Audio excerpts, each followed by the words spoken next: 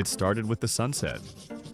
The first evening, the world blinked, and half of humanity vanished. Panic swept across cities, sirens blaring into empty streets. Security cameras showed only flickering shadows and drifting clothes. But by sunrise, everyone reappeared, unharmed, confused, terrified, glowing faintly in the dawn light. Scientists called it nocturnal inversion. Every night as darkness fell, all living humans lost visibility entirely. Bodies, voices, reflections, gone. Only footsteps and whispers remained. The light of the sun became the line between presence and absence. The first weeks were chaos. Car crashes, riots, and mass confusion ruled the cities. Governments imposed strict curfews, banning all-night travel. The world became two halves. Visible day, invisible night. Life condensed into 12 frantic hours of daylight.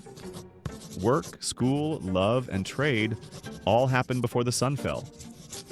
At dusk, the planet exhaled and disappeared. But humans adapt. They always do. Within years, the night transformed into something new. The cities, once blazing with neon, turned silent and dark. People stayed home, invisible together, learning to navigate by sound and touch. Families gathered in quiet, invisible circles, feeling presence instead of seeing faces. Society became built on trust, or fear. Crimes flourished at first. Invisible thieves roamed the streets. Unseen assassins whispered in the dark. But soon, justice evolved. Drones with thermal sensors patrolled the sky.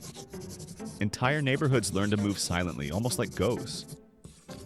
The line between human and shadow blurred. Artists and philosophers called it the era of transparency. Without faces to judge or bodies to compare, humanity began to change.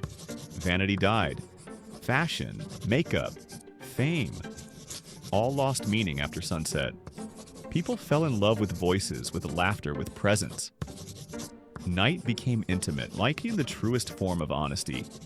Yet, not everyone welcomed it. Some feared the dark more than ever. A global movement of day dwellers emerged, like those who refused to live after dusk. They built artificial suns above their cities, flooding them with endless light. But the longer they stayed visible, the weaker their eyes became. The darkness was patient, waiting for them. In time, a strange equilibrium emerged. Day was the realm of the seen, of work, structure, order. Night belonged to the unseen, to whispers, emotions, dreams.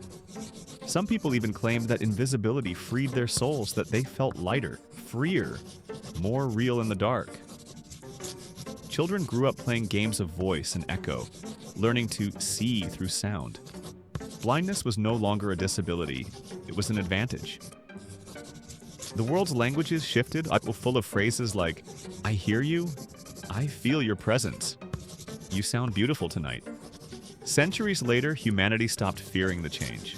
The invisible night became sacred, a time of reflection, peace, and truth.